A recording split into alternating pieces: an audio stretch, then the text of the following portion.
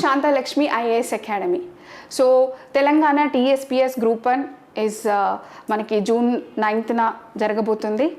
So దాని సందర్భంగా మనం అసలు లాస్ట్ 2 times వచ్చినటువంటి ప్రిలిమ్స్ క్వశ్చన్ పేపర్ అనాలిసిస్ చేసుకుంటున్నాం. దాంట్లో భాగంగా అసలు తెలంగాణ ఎకానమీ నుంచి ఎలాంటి క్వశ్చన్స్ వచ్చాయి. సో చాలామందికి ఏంటంటే తెలంగాణ అంటే ఈవెన్ సివిల్ సర్వీసెస్ ప్రిపేర్ అయ్యే వాళ్ళు కూడా ఈ గ్రూప్ 1 రాయాలని అనుకుంటారు. సో దాంతో ఏంటంటే తెలంగాణ రిలేటెడ్ ఎంతవరకు మనం చదవాలి, అసలు ఎంతవరకు చదివితే మనం ప్రిలిమ్స్ క్లియర్ చేయొచ్చు అని చాలామందికి డౌట్ కూడా ఉంటుంది.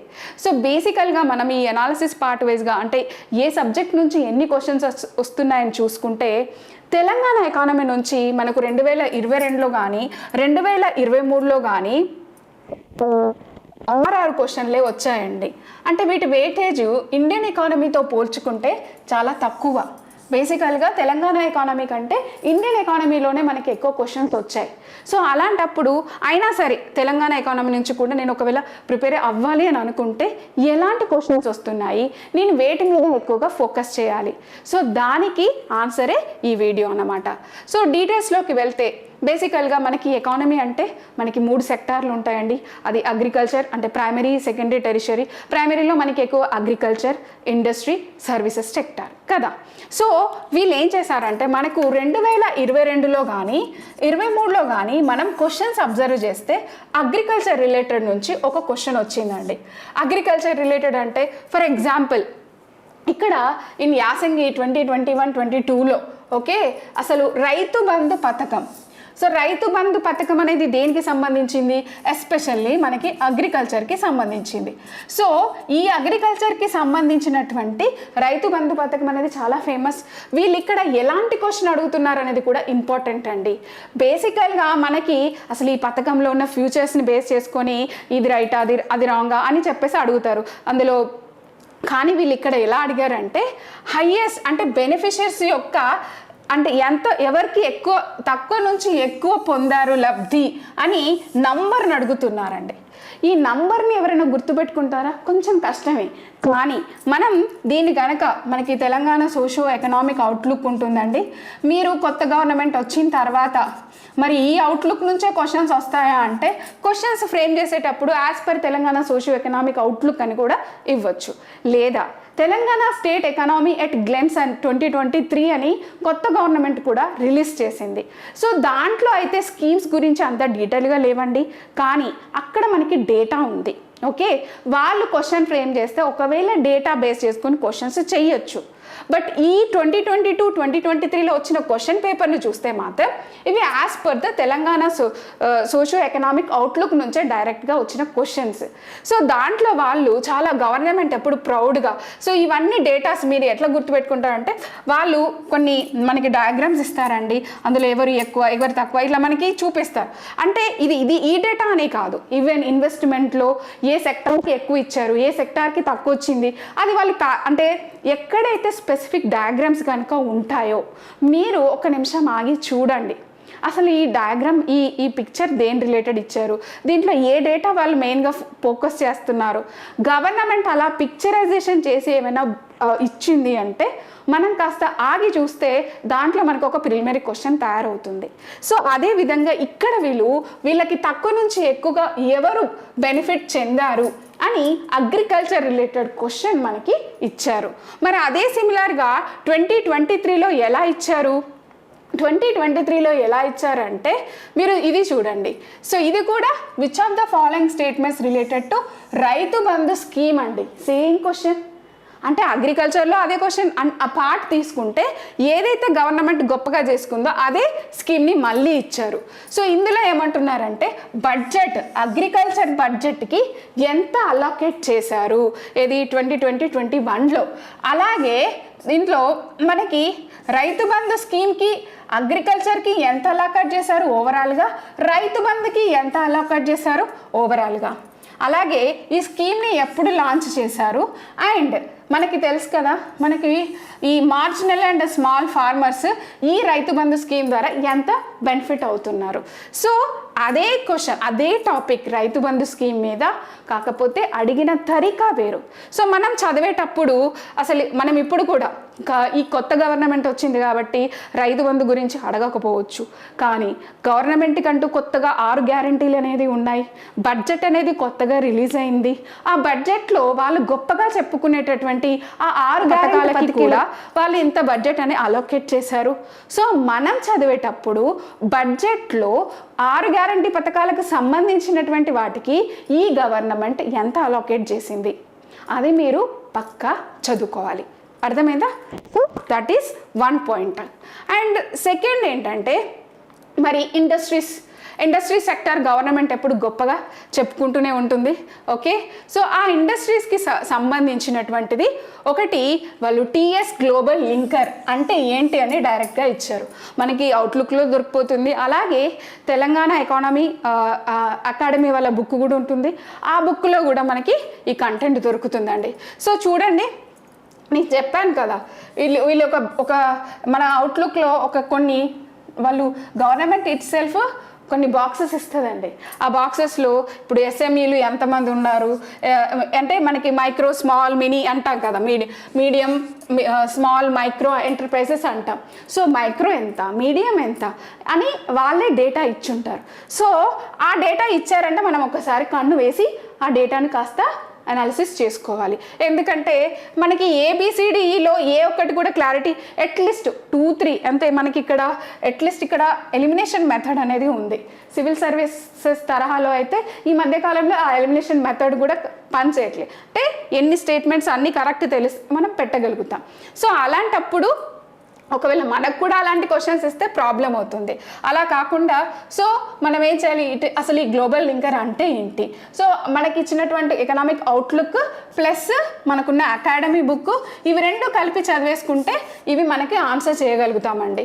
సో బేసికల్గా ఈ ఎకనామిక్ అవుట్లుక్లో మనకి డేటా బాక్స్ ఇచ్చారు. ఆ బాక్స్లో వాళ్ళు ఎన్ఎస్ఎంఈలు అని కూడా మెన్షన్ చేశారు. అలాగే ఇది కరెంట్ అఫైర్స్, ఇది వీళ్ళు సిఏఐటి తోటి వాళ్ళు కొలాబరేట్ అయ్యారని కూడా చెప్పారు. ఇది కరెంట్ అఫైర్స్ అంటే ఇది ఎన్ని మిక్స్డ్ అయి ఉంది చెప్పండి.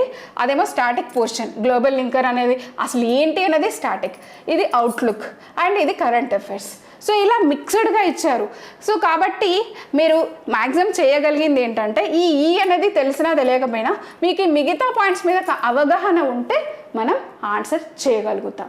సో ఇలా అంటే ఇండస్ట్రీకి సంబంధించింది అంటే ఒకటి ఎంఎస్ఎంఈకి రిలేటెడ్ క్వశ్చన్ ఇచ్చారు. అలాగే గవర్నమెంట్ ఎప్పుడు ఇండస్ట్రీ రిలేటెడ్ పాలసీస్ని ఎక్కువగా గొప్పగా చెప్పుకుంటుంది. సో అలాంటి పాలసీస్లో ఇంకొక policy the social innovation policy. దీనికంటే ఒక థీమ్ పారా కూడా ఉంటుంది, కొలాబరేట్, ఇన్నోవేట్ అండ్ ట్రాన్స్ఫార్మ్ అని. సో ఇలా డైరెక్ట్గా క్వశ్చన్ అడగొచ్చు. అలా కాకుండా పాలసీ లోపలికి వెళ్ళేసి డీటెయిల్గా కూడా అడగొచ్చు. For example Telangana electric vehicle and energy storage policy అనేది ఒకటి తీసుకొచ్చింది. అది 2020-2030 వరకు. దాంట్లో వాళ్ళు టాక్సేషన్ గురించి ఎగ్జంప్షన్ ఇచ్చారు. సో ఒక్కొక్క దానికి ఎంత అని ఇచ్చారు. అసలు మనం కనుక ఈ పాలసీలోకి వెళ్ళి చూస్తే వాళ్ళు అది కూడా ఆ డేటా మనకి అంటే గవర్నమెంట్ ఏదైతే ఎక్కువ హైలైట్ చేసుకుంటుందో పిక్చరైజ్గా అప్పుడు లేదా ఒక బాక్స్ వేసి అలాంటి వాటిని మనం గట్టిగా పట్టుకుంటే అప్పుడు మనకి ఇలాంటి ప్రిలిమినరీ క్వశ్చన్ని ఆన్సర్ చేయడానికి ఎక్కువగా ఈజీ అవుతుందండి. ఓకే, సో అలాగే మరి 2023లో ఇండస్ట్రియల్ సెక్టార్కి సంబంధించి ఏం క్వశ్చన్స్ వచ్చాయి. సో అక్కడేమో డైరెక్ట్ సోషల్ ఇన్నోవేషన్ పాలసీ అని డైరెక్ట్గా దాని యొక్క థీమ్ని అడిగారు. కానీ ఇక్కడ డీటెయిల్స్కి వెళ్ళారు. Pillars name of the pillar ఏంటి, ఆ పిల్లర్ అంటే ఒక్కొక్క పాలసీకి కొన్ని పిల్లర్స్ అని పెట్టారండి. ఒక తెలంగాణ ఇన్నోవేషన్ పాలసీ కానీ అంటే గవర్నమెంట్ తీసుకొచ్చిన కొన్ని పాలసీస్లో పిల్లర్స్ ఇచ్చుకుంటూ వాటికి 1, 2, 3, 4 అని ఒక హైరార్కీ కూడా ఇచ్చారు. సో మనం ఇందులోకి వెళ్తే ఈ పాలసీలోకి వెళ్ళి మనం government of India Telangana policies అని కొడితే మనకి ఒక వెబ్సైట్ వస్తుందండి. దాంట్లో కొన్ని పాలసీస్ ఇస్తారు. ఆ పాలసీస్ని మనం క్లిక్ చేస్తే అది ఒక PDF ఓపెన్ అవుతుంది.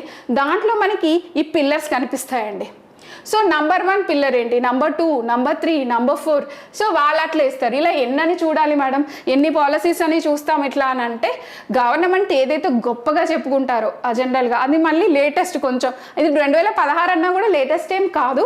బట్ వాట్ గవర్నమెంట్ ఎక్కువగా మేము ప్రౌడ్గా ఫీల్ అవుతారో వాటిని మీరు కనుక ఒకసారి అలా వెళ్ళి వాటిలో అన్నింటిలో పిల్లర్స్ లేవండి, కొన్నింటికి ఉన్నాయి. సో అవి ఉన్న వాటికి ఆ పిల్లర్స్ 1, 2, 3, 4 ఎన్ని పిల్లర్స్ ఉన్నాయి వాటి ఏంటి అనేది మీరు ఒకటి నోటిఫై చేసుకోవాలి. ఓకే, నెక్స్ట్ వచ్చేసి ఇంకో తరీకాగా అడుగుతున్నారు Telangana textile and apparel policy అని చెప్పేసి. దీంట్లో ఇన్సెంటివ్స్ దేనికి ఎంతెంత, ఇదైతే కొంచెం కష్టంగానే ఉంటుందండి.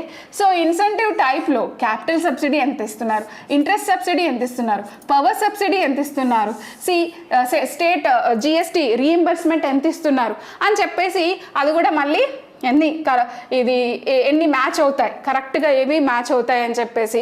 సో ఇక్కడ 100% ఫర్ 7 ఇయర్సా 5 ఇయర్సా మనకు తెలియాలి. ఇది 1.5 పర్ యూనిట్ అయినా కాదా అది మనకు తెలియాలి.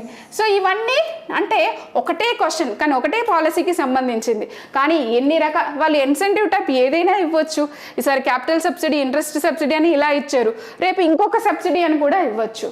అంటే మనం పాలసీని ఒక క్షుణ్ణంగా అందులో పిల్లర్స్ ఉన్నాయా, దీంట్లో ఎలాంటి ఇన్సెంటివ్స్ ఇస్తున్నారు, ఎంతవరకు ఇస్తున్నారు అనేది మనకు క్లారిటీగా అవగాహన ఉండాలి. అప్పుడే మనం వీటిని ఆన్సర్ చేయగలుగుతాం. ఓకేనా? సో ఇదొక పాలసీ అండి. అలాగే ఇది టీఎస్ ఐపాస్, ఇదైతే గవర్నమెంట్ చాలా ప్రౌడ్గా చెప్పుకునేది. సో టీఎస్ ఐపాస్ అనేది దీంతో ఏంటి సింగిల్ విండో ఏమంటారు, ఏదైనా ఇన్వెస్ట్మెంట్ గురించి వచ్చినప్పుడు వాళ్ళకి ఒకటే విండోస్ దగ్గరనే అన్ని క్లారిఫికేషన్స్ అయిపోవాలి. సో ఇందులో వీళ్ళు ఏం చేశారంటే మీరు వెళ్ళి ఒకసారి సోషియో ఎకనామిక్ అవుట్లుక్ ఓపెన్ చేస్తే అక్కడ ఈ ఇన్వెస్ట్మెంట్కి కూడా ఒక రకమైన డయాగ్రామ్ లాంటిది ఉంటుందండి. సో ఆ డయాగ్రామ్లో మనకి వాళ్ళు ఇలా డీటెయిల్గా ఇవ్వరు. సో ఆటోమేటిక్గా డయాగ్రామ్లో చిన్న చిన్నగా కలర్స్గా అంటే మనం పీడిఎఫ్ ఓపెన్ చేస్తే కలర్స్ లేదంటే బ్లాక్ అండ్ వైట్లో అట్లా కనిపిస్తూ ఉంటుంది. సో ఇలా అంటుకొని ఉంటాయి. ఇలా ఆ డేటాలో ఇలా చిన్నగా ఇక్కడ ఇస్తారనమాట బాక్స్, ఏది సోలార్ అండ్ అదర్, లేకపోతే థర్మల్ పవర్ ప్లాంట్స్, ఫెర్టిలైజర్స్ అని వాళ్ళు ఇస్తారు. మనం దాన్ని ఈ డయాగ్రామ్స్ని చూసుకుంటూ మనం అందులో ఏవి అసెండింగ్ ఏవి వేటికి ఎక్కువగా వీళ్ళు ఇన్వెస్ట్మెంట్స్ అనేవి వచ్చాయి as per the TS iPASS వల్ల అని చెప్పేసి మనం నోట్ మేకింగ్ చేసుకోవాల్సి వస్తుంది. సో మనం 2020, 21 అని ఇచ్చారు, ఒకవేళ వాళ్ళది 21, 22కి కూడా ఇలాంటి ఒక బొమ్మ ఇస్తే అప్పుడు క్వశ్చన్ ఇంకో రకంగా కూడా మారచ్చు. మనం రెండు చూడాలండి, ఇజ్ ఇట్ 2020యా లేకపోతే 2021. ఓకే, సో ఎక్కడైతే అంటే గవర్నమెంట్ ఒక బాక్స్ ఇచ్చేసేసి దాంట్లో కొంత డేటా ఇచ్చేస్తున్నా, లేదా ఇలాంటి పిక్చర్స్ని ఇచ్చేసి ఒక అనాలిసిస్ మెట్గా ఇస్తున్నా, సో అలాంటి నుంచి మనకి ప్రిలిమినరీ క్వశ్చన్స్ వస్తాయేమోనని మనం కాస్త కాషియస్గా చదువుకోవాలి. ఓకేనా? So this is about TS iPASS investment and okay. So అలాగే ఇంతకుముందు మనం ఏం చదివాము, స్టోరేజ్ పాలసీలో ఎన్ని వెహికల్స్కి ఎక్కడి నుంచి ఎక్కడికి ట్యాక్స్ ఎగ్జంప్షన్ ఇచ్చారు. సో ఈ క్వశ్చన్ చూస్తే బేసికల్గా అయితే గవర్నమెంట్ ఈ క్వశ్చన్ ఇది తప్పని చెప్పేసి తీసేశారు, కానీ ఈ క్వశ్చన్ రిలేటెడ్ది మనకి అవుట్లుక్లో కూడా ఉంది డేటా. అందులో వాళ్ళు ఏం చెప్తున్నారంటే సో ఆల్మోస్ట్ మనకి 1.53 crore వెహికల్స్ ఉన్నాయండి. అయితే మనకు అక్కడ బాక్స్ కూడా పెద్ద బాక్స్ ఉంటుంది వెనకాల మన డేటా చూస్తే, ఆ డేటాలో ఏవి ఎంత నంబర్ ఉంది అని కూడా మెన్షన్ చేసి ఉంటుంది. సో అందులోంచి వాళ్ళు క్వశ్చన్ పిక్ చేసేసి వాటిని ఏవి ఎక్కువ ఉన్నాయి, ఎక్కువ నుంచి తక్కువ వరకు డిసెండింగ్ ఆర్డర్లో పెట్టండి అని ఇచ్చారు. సో మేబీ ఇక్కడ ఇచ్చిన వీళ్ళ ఆప్షన్స్లో ప్రాబ్లమ్స్ ఉన్నాయేమో, కానీ అదర్వైజ్ ఇవి కనుక కరెక్ట్ ఇచ్చుంటే ఈ క్వశ్చన్ కూడా కరెక్ట్గా ఉండేది. సో ఇలాంటి టైప్ ఆఫ్ క్వశ్చన్స్ రావడానికి స్కోప్ ఉన్నది. మనకి ఎంఎస్ఎంఈస్ ఉన్నాయి, సో మైక్రో, స్మాల్, మినీ, వీటిని కూడా వాళ్ళు అసెండింగ్ డిసెండింగ్ ఆర్డర్ అడగొచ్చు. ఒక వెహికల్స్ గురించి అడిగిన వాళ్ళు అలా ఎంఎస్ఎంఈస్ గురించి అడగారని గ్యారంటీ ఏంటి? ఒక ఇన్వెస్ట్మెంట్ గురించి అడిగిన వాళ్ళు రేపు మనకు ఫారెన్ ట్రేడ్ అదే మన తెలంగాణకి విత్ రెస్పెక్ట్ ఏ కంట్రీతో ఎక్కువగా ఉంది, అసెండింగ్ డిసెండింగ్ ఆర్డర్ అడగొచ్చు. అంటే వీళ్ళు మనకి సోషో ఎకనామిక్ అవుట్లుక్లో ఉన్న డేటాని బేస్ చేసుకొని అందులో ఉన్న మనకి పిక్టోరియల్ ప్రజెంటేషన్ అంటే గ్రాఫికల్ డేటా ఇంటర్ప్రిటేషన్లో అంటే బార్ గ్రాఫో పై గ్రాఫో ఇలా చూపిస్తున్నారు అంటే అందులోంచి మనకి ఏదైనా ప్రిలిమినరీ క్వశ్చన్ రావడానికి స్కోప్ ఉండొచ్చు. అర్థమైందా? సో అలా అన్నమాట. సో ఇలాగే మళ్ళీ నెక్స్ట్ క్వశ్చన్ వచ్చేసి ఐటీ సర్వీస్ సెక్టర్ అంటాం కదా, IT industry in Telangana. So దాంట్లో ఏమడుగుతున్నారండి, ఇక్కడ డికేడ్ 2014 నుంచి 2021, 2020 వరకు ఎంత పెరిగింది. ఓకే, సో అలాగే growth in diversity through the growth in diversity policy the government provides special incentives. So మొత్తానికి ఐటీ రిలేటెడ్ క్వశ్చన్ అండి ఇది, మొత్తం ఐటీ ఇండస్ట్రీస్ గురించి అడిగారు. సో మనం సర్వీస్ సెక్టార్లో వెళ్ళినప్పుడు ఐటీ ఇండస్ట్రీస్ గురించి మన హైదరాబాద్ హబ్ ఫర్ ఐటీ అనుకుంటాం కాబట్టి దాని మీద బేస్ చేసుకుని క్వశ్చన్ ఇచ్చారన్నమాట. సో ఇది మనకి 2023లో వచ్చిన క్వశ్చన్స్. మరి 2022లో వచ్చిన మిగతా ఎక్స్ట్రా క్వశ్చన్స్ ఏంటి అంటే, ఒకటేమో ఇది ఒక రకంగా సొసైటీలో పార్ట్ అవుతుందండి, ఇదే ప్రాజెక్ట్ అంటే పాలసీస్లో కిందకి వస్తుంది మనకి. ఇది సోషో ఎకనామిక్ అవుట్లుక్లో హెల్త్ ఎడ్యుకేషన్ ఆ పార్ట్లో చాప్టర్లో కూడా వస్తుంది. కాబట్టి కొన్ని క్వశ్చన్స్ ఉంటాయి, మనము ఎగ్జాక్ట్లీ ఇది ఎకానమీ అని చెప్పలేం, సొసైటీ అని చెప్పలేం. సో అలాంటప్పుడు మనం ఏదో ఒక పార్ట్లో తీసుకొని దాన్ని చదువుకోవడమే. మనం ఒకవేళ అవుట్లుక్ చదువుతున్నప్పుడు ఆబ్వియస్లీ గవర్నమెంట్ ఏమేమి స్కీమ్స్ తీసుకుంది న్యూట్రిషన్ కోసం అని చెప్పేసి వచ్చినప్పుడు అక్కడ మనకు ఆటోమేటిక్గా ఈ స్కీమ్స్ గురించి వస్తుందన్నమాట. సో ఇది అలాంటిది. అలాగే జీనోమ్ వ్యాలీ గురించి మనం ఎన్ని ఇండస్ట్రీస్ ఉన్నాయని గవర్నమెంట్ చెప్పుకున్నప్పుడు అక్కడ కూడా ఇది బయోటెక్ లైఫ్ సైన్స్ క్లస్టర్ అని చెప్పేసి మనకి తెలిసిపోతుంది. అండ్ ఇవి ఇండస్ట్రీస్ చేసుకుని ఇది జాగ్రఫీలో రావచ్చు, ఇటు మనకి ఎకనామీ పార్ట్లో కూడా యాడ్ అవ్వచ్చండి. ఇది అందరికీ తెలిసిన క్వశ్చన్, చాలా ఫేమస్ క్వశ్చన్. కరీంనగర్ దేనికండి? ఆబ్వియస్లీ ఇది సిల్వర్ ఫిలిగ్రీ గురించి తెలిసిందే కదా, అంత ఫేమస్. ఈ ప్లేసెస్ ఈ ఇండస్ట్రీస్కి మ్యాచ్ చేయమని చెప్పారు. ఇది మనకి ఎకానమీలో ఇండస్ట్రీస్ పార్ట్లో వస్తుంది, లేదా మనకు జాగ్రఫీలో కూడా వస్తుంది. So irrespective of that, but మనకి బుక్లో చూసుకున్నప్పుడు ఏది ఎక్కువగా కనిపించింది దేంట్లో క్లియరిటీగా అనుకుంటే మీరు ఇది జాగ్రఫీలో పెట్టుకోవచ్చు, లేక ఎకనామీలో అయినా పెట్టుకోవచ్చు. సో ఇదండి మనకి 2020లో వచ్చినటువంటి క్వశ్చన్స్. సో ఓవరాల్గా మనం అబ్జర్వ్ చేస్తే అర్థమైంది ఏంటంటే, వాళ్ళు ఎక్కువగా ఫోకస్ చేసింది ఒకటి అగ్రికల్చర్ నుంచి ఒక క్వశ్చన్ పక్కా తీసుకున్నారు. అలాగే ఇండస్ట్రీస్ నుంచి వచ్చేసరికి పాలసీ మీద ఫోకస్ చేశారు. అది టెక్స్టైల్ పాలసీయా లేకపోతే ఇన్నోవేషన్ పాలసీయా అనేది మనకు ఈసారి ఆ రెండు పాలసీస్ వచ్చాయి కాబట్టి మూడోసారి అది వస్తుందా అని మనం డౌట్ పడద్దు. రావచ్చు, కానీ మనం ఈ అడిగిన తరీకాని బట్టి మనం దాని గురించి వాటిలో ఎలాంటి సబ్సిడీ టైప్స్ ఇస్తున్నారు, దానికి ఏమైనా పిల్లర్స్ ఉన్నాయా అనే యాంగిల్స్లో ఒక ఇంపార్టెంట్ ఒక 10 పాలసీస్ గురించి మీరు చదువుకుంటే సరిపోతుంది. అలాగే మళ్ళీ ఐటీ సెక్టార్ అది కూడా మనకి ఇంపార్టెంటే. ఇలా 3 సెక్టార్స్ని కవర్ చేస్తూ స్కీమ్స్ మనం ఎలాగో సొసైటీ పార్ట్లో స్కీమ్స్ గురించి వేరియస్ గవర్నమెంట్ స్కీమ్స్ గురించి ఇటు తెలంగాణ ఇటు ఇండియన్ది చదువుతాము కాబట్టి మనకు అది రెండు హెల్ప్ అవుతాయి. అప్పుడు ఎకానమీ కవర్ అయినట్టు ఉంటుంది, సొసైటీ కవర్ అయినట్టు ఉంటుంది. ఇంకా లాస్ట్లో వచ్చింది ఇండస్ట్రీస్ రిలేటెడ్. ఆ ఇండస్ట్రీస్ మనం జాగ్రఫీ చదువుకున్నప్పుడు కవర్ అవుతుంది, యాజ్ వెల్ యాజ్ ఎకానమీ చదువుతున్నప్పుడు కవర్ అవుతుంది అన్నమాట. కానీ మీరు గనక ఒకవేళ నాకు ఇప్పుడు చాలా చాలా తక్కువగా ఉంది, ఈ టైంలో నేను తెలంగాణ ఎకానమీ చదవాలని అనుకున్న వాళ్ళు, మీకు టైం సరిపోలేదు, ఓన్లీ ఇండియన్ మీద ఫస్ట్ ఫోకస్ చేద్దాం అనుకుంటే let focus on Indian economy. ఓకేనా? ఇలాంటి రిలేటెడ్ మేము క్వశ్చన్స్ మన ప్రిలిమినరీ టెస్ట్ సిరీస్లో మేము ఒక్కొక్కసారి ఒక్కొక్క పాలసీ రిలేటెడ్ యాడ్ చేస్తూ ఇస్తున్నాము.